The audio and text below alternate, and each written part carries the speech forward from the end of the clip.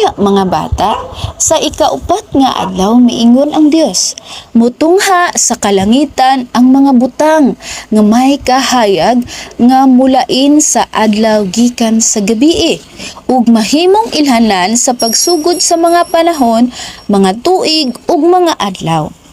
Mudanag sila sa kalangitan sa paghatag og kahayag sa kalibutan ug natuman kini.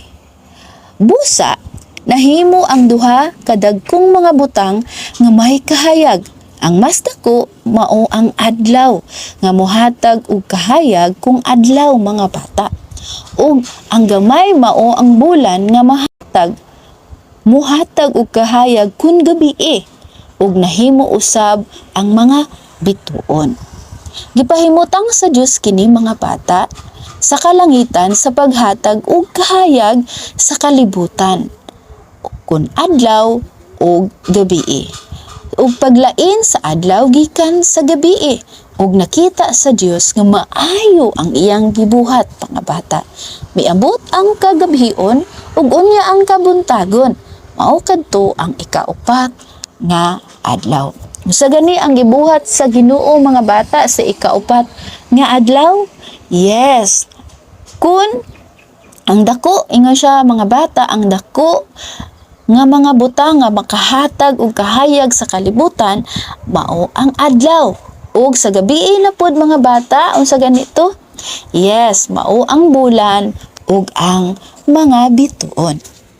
Ug unya mga bata sa ikalimang adlaw miingon na pod ang Dios, mapuno sa nagkalanglaing mga mananap ang katubigan ug mulupad sa kahanginan ang nagkalanglaing mga mananap. Busa, gibuhat sa Dios ang dagko nga mga mananap sa tubig mga bata. Mga klase-klaseng mga mananap, mga isda, mga bata, mga dagko, mga gagmay gibuhat sa Ginoo. Ug ang tanang matang sa mga mananap nga nagapuyo sa tubig, apil na ang tanang matang sa mga mananap nga nagalupad. Ug nakita sa Dios nga maayo kini. Ug unya gipanalanginan niya silang tanan nga nagaingon, sanay kamo ug pagpanaghan mga mananap sa tubig ug mananap sa mga nagalupad. Miabot ang kagabion ug ang kabuntagon, mao kadto ang ikalimang adlaw. Sa ikaunom nga adlaw mga bata, miingon ang Dios, mutungha ang nagkalanglaing matang sa mga mananap sa yuta, ang mga hayop nga ihalas ug dili ihalas ug mga hayop nga nagakamang. Ug natuman kini, gibuhat sa Dios kini nga mga mananap ug nakita niya nga maayo kini. Unya mingon ang Dios mga bata, busa magbuhat kita og tawo nga sama kanato. Magmando sila sa tanang matang sa mga mananap nga nagapuyo sa tubig, ang nagalupad, ang nagalakaw ug ang nagakamang. Busa gimugna sa Dios ang tao, lalaki ug babae nga sama kaniya. Ug gipanalanginan niya ug nagaingon, panganak kamo og daghan aron malukop sa inyong kaliwatan ang kalibutan. Dumalahi ninyo kini ug gamhi ang tanang mga mananap.